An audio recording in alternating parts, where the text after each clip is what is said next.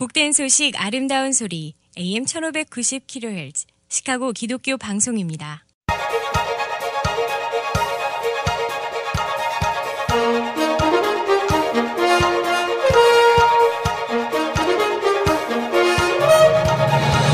김정일 해설위원의 시사 해설. 세상을 넓게 봅니다. 삶의 지평이 넓어집니다.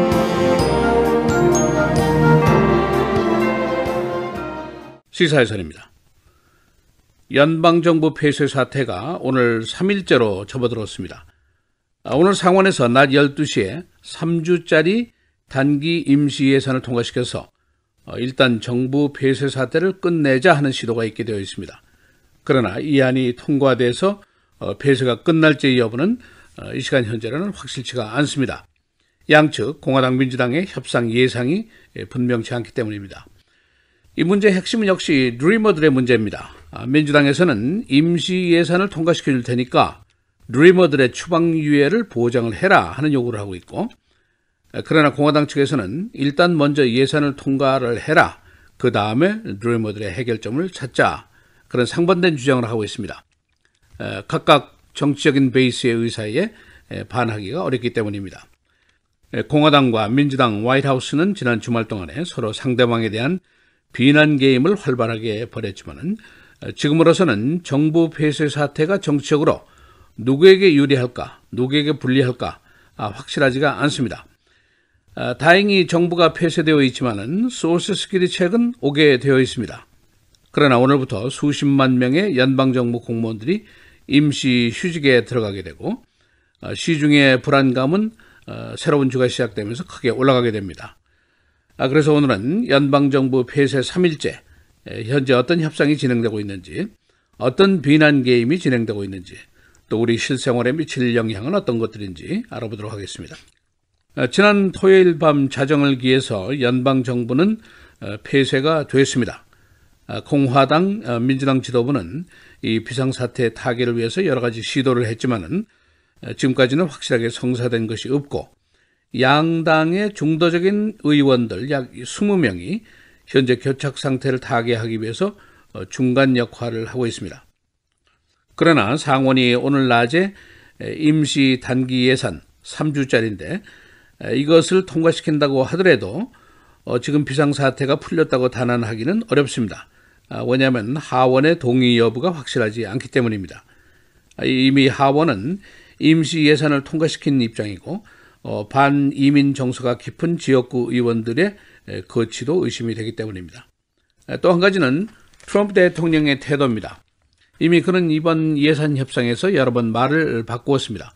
민주당 측의 상대역인 척 슈머 상원 총무는 그와의 협상이 마치 젤로와 상대하는 것 같다, 이리저리 물렁물렁하게 자꾸 변했기 때문에 어떻게 할 수가 없었다 하고 비난을 할 정도입니다. 토요일 자정을 기해서 연방정부가 폐쇄가 되자마자 양측에서 한 일들이 있습니다. 우선 블레임 게임을 효과적으로 하기 위해서 전력을 다했습니다.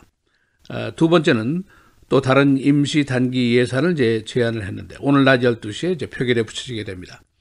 또 한 가지, 이 극단적인 사태의 결과가 누구에게 유리하냐, 누구에게 불리하냐, 이 계산에 매우 분주했습니다.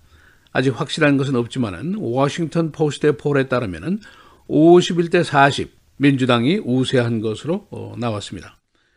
그러나 국민들 측에서 보면은 수십만 명의 실업자가 나오게 되고, 정부 기능이 저하가 되고, 민심이 나빠지고, 이제 오늘부터 한 주가 시작되니까 장사도 망치게 될 것이다, 그런 불안감 속에 있게 되어 있습니다. 다행히 이 소셜 시큐리티 책은 계속 오게 되어 있습니다. 우리 커뮤니티가 고령화되면서 이 책에 대한 의존도가 매우 높습니다. 메일도 제대로 오게 되고, 공항의 관제탑도 가동이 되니까 여행도 가능합니다. 그러나 소셜 시큐리티 카드 발급이라든가 비자 발급, 또 패스포트, IRS의 텍스 환불, 이런 업무는 제한이 됩니다. 당장 생활에 불편한 점이 한두 가지가 아니게 됩니다. 우선 블레임 게임이 뜨겁습니다. 공화당에서는 민주당이 불법 이민자들의 안녕을 위해서 일반 전 시민들의 안녕을 인질로 잡고 있다, 이렇게 강력한 비난을 퍼붓고 있습니다. 여기에 대해서 민주당 측은 공화당이 협상의 의지가 없다 하는 비난을 하고 있습니다. 척 슈머 총무와 트럼프 대통령이 11시간째 협상을 했습니다. 그런데 트럼프 대통령이 처음에는 의회가 정하는 대로 나는 따르겠다. 정치적인 욕을 혹시 먹을 일이 있어도 내가 먹겠다라고 얘기를 했다가 다시 노를 했다가 또 주말에는 멕시코 장벽 쌓기 등에 대한 그 돈을 요구를 했습니다. 숫자까지 제시를 했는데 민주당 측에서는 이 돈을 전액 주겠다고까지 약속을 했는데도 트럼프가 또 딴소리를 하면서 노를 하더라. 그렇게 비난을 하고 있습니다. 트럼프 대통령이 그 후에 트윗을 통해서 민주당이 이 수백만 명의 군인들과 국경 수비대를 인질로 잡고 있다라는 비난을 퍼부었습니다. 그러나 여기에 대해서 일리노이주의 태미 덕워스 상원의원이 반격을 했는데 당신은 월남전 당시에 징병 기피를 5번이나 한 자 아닌가? 나는 상위 용사이니까 내게 그런 강의는 하지 않았으면 좋겠다라고 아주 심한 모욕까지 주었습니다. 이 정치권에서 지난 주말 동안 우선 정부 폐쇄의 영향이 크게 표면화되지 않는 주말 동안의 사태를 해결시키려고 시도를 했습니다만은 그것은 실패를 했고 오늘 이제 윅데이가 시작되는 월요일로 연기가 됐습니다. 그러나 오늘 표결도 아직은 성공 여부가 확실하지가 않습니다. 만일 오늘 해결이 안 되면은 이 정치적인 사태가 장기화될 가능성이 있습니다. 13년도 정부 폐쇄 당시에 연방 공무원들이 일시 해직 사태가 시작이 되면서 그 부작용이 표면화되었습니다. 그래서 우리 동네 스몰 비즈니스, 세탁소, 식당 당장 영향을 받게 돼 있었습니다. 더 나아가서는 수십만 명의 공무원들이 임시 휴직 상태에 들어가게 되고 130만 명에 되는 현역 군인들이 봉급이 동결이 됩니다. 그리고 법원을 비롯해서 정부 에이전시들 필수적인 요원을 빼고는 모두 집으로 가게 됩니다. 417개 연방 공원이 폐쇄가 오늘 되고 스미소니언 박물관도 19개가 폐쇄가 됩니다. 이 트럼프 대통령은 주말 동안 타개책이 변변히 나오지를 않으니까 소위 nuclear option, 의회 규정을 바꾸라고 주장을 했습니다. 그 의미는 뭐냐면은 지금 예산 관련 통과선이 60표입니다. 그런데 이 규정을 바꾸어서 51%, 그러니까 단순 과반수로 룰을 바꿔라. 그 다음에 예산을 통과시켜라. 이런 주장을 했습니다.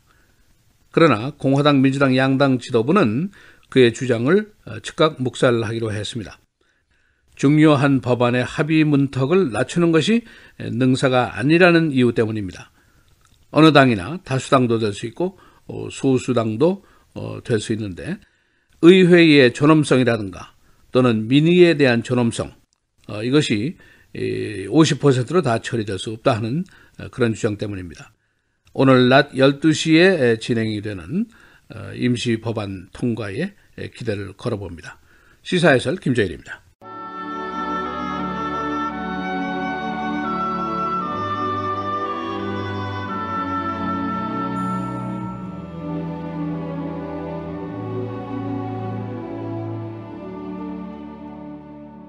그러므로 성령이 이르신 바와 같이 오늘 너희가 그의 음성을 듣거든 광야에서 시험하던 날에 거역하던 것 같이 너희 마음을 완고하게 하지 말라.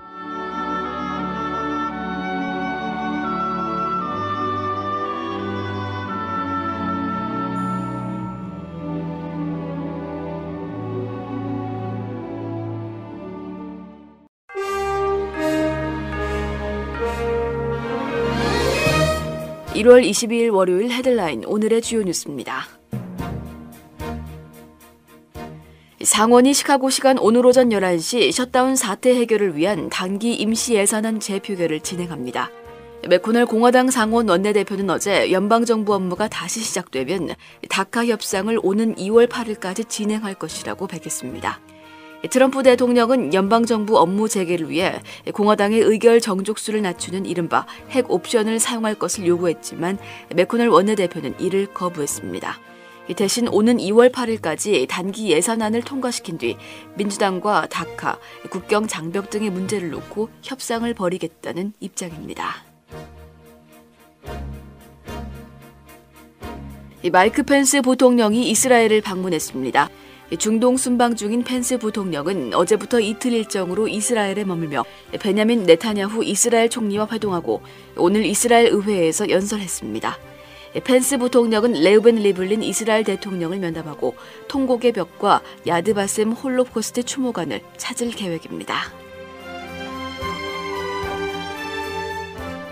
올해 골든글로브 4관왕에 빛나는 영화 3빌보드가 어제 열린 배우조합상 시상식에서도 3관왕에 올랐습니다. 어제 로스앤젤레스에서 열린 제24회 배우조합상 시상식에서 3빌보드는 최고 작품상에 해당하는 베스트 앙상블을 차지했습니다. 엄마 역할을 한 프랜시스 맥도먼드가 여우주연상을, 샘 록웰이 나무주연상을 각각 받았습니다. 시상식은 진행자 대부분이 여성으로 채워지는 등 지난해 헐리우드를 뜨겁게 달군 미투 운동의 연장선에 있다는 인상을 강하게 풍겼습니다. 프로풋볼 뉴잉글랜드 패트리어스가 2년 연속 슈퍼볼 무대를 밟게 됐습니다. 뉴잉글랜드는 어제 열린 잭슨빌 제규어스와의 아메리칸 풋볼 컨퍼런스 챔피언십에서 24대 20으로 승리해 2년 연속 슈퍼볼 진출에 성공했습니다. 필라델피아 이글스도 내셔널 풋볼 컨퍼런스 챔피언십 결승에서 미네소타 바이킹스를 38대 7로 완파하면서 슈퍼볼 진출권을 따냈습니다.